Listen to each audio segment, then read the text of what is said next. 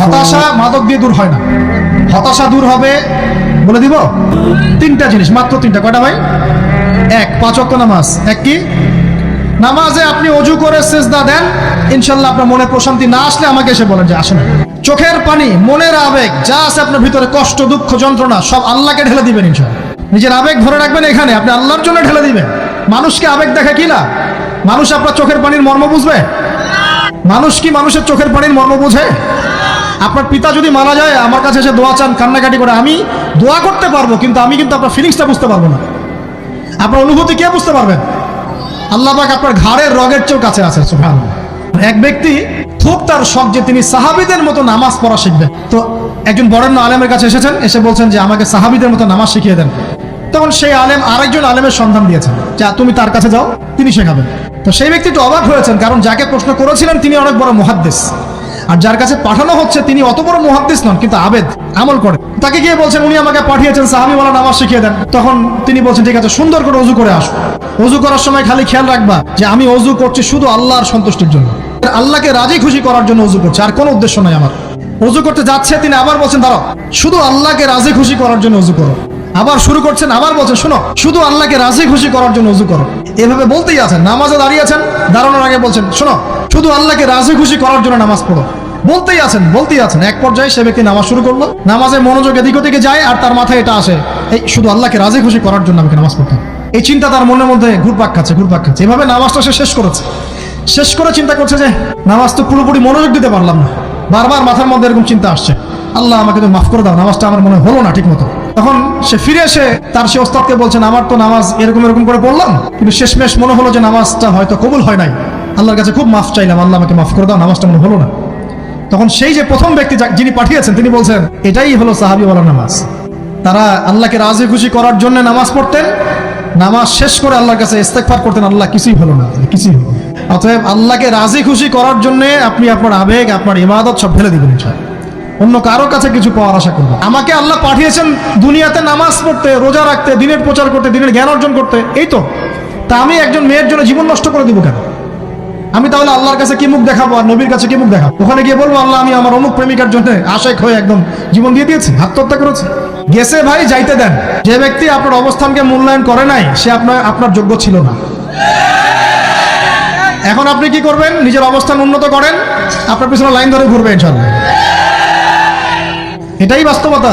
মানুষের অবস্থানকে মূল্যায়ন করে, মানুষের অবস্থানকে মূল্যায়ন করে, কিন্তু আল্লাহ রাব্বুল আলামিন আপনাকে সর্বাবস্থায় ভালোবাসেন। আলহামদুলিল্লাহ।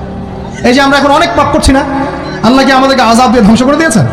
আল্লাহ পাক এখনো আমাদেরকে ভালোবাসেন, রহম করেন, আল্লাহ পাক অপেক্ষা করছেন কখন তওবা করবে, আমি তওবা কবুল করব। এই কখন আমার বান্দা খালি একবার বলে আস্তাগফিরুল্লাহ, আল্লাহ পাক সাথে সাথে মাফ করে দেবেন ইনশাআল্লাহ। আর সেই আল্লাহকে ভুলে আপনি কার পিছনে ছুটছেন? আমরা কিন্তু নিয়াত করতে পারি ভাই যে আমরা যারা ওয়াজ শুনলাম জীবনে কোনোদিন সিগারেটে হাত দিব না ইনশাআল্লাহ। রাজি আছি ভাই? নিয়াত করি আল্লাহ পাকের সন্তুষ্টির জন্য আমরা কোনোদিনও মাদকের সাথে সম্পৃক্ত হব না ইনশাআল্লাহ। একটা হাদিস খালি মনে রাখেন, এই হাদিসটা মনে রাখেন। নবী সাল্লাল্লাহু আলাইহি ওয়াসাল্লাম বলেছেন, কেউ যদি মাদকদ্রব্য সেবন করে তার 40 দিনের নামাজ কবুল হবে না। সিগারেট একটা খেয়েছি, 40 দিন নামাজ নাই। এরপর যদি সে তওবা করে আল্লাহ মাফ করে দিবেন ইনশাআল্লাহ। আবার যদি মাদক খায়, আবার 40 দিন কবুল হবে না। যদি আবার তওবা করে আল্লাহ মাফ করে দিবেন। আবারও যদি খায়, আবারও 40 দিন কবুল হবে না। আবারও তওবা করলে আল্লাহ আবার মাফ করে দিবেন। চতুর্থবার সে যদি মাদক খায়, আল্লাহ রাসূল সাল্লাল্লাহু আলাইহি ওয়াসাল্লাম বলছেন আল্লাহ পাক কিয়ামতের মাঠে তাকে তিনাতুল খাবাল পান করাবে। সাহাবীরা বললেন ইয়া রাসূলুল্লাহ, এটা কি তিনাতুল খাবাল কি?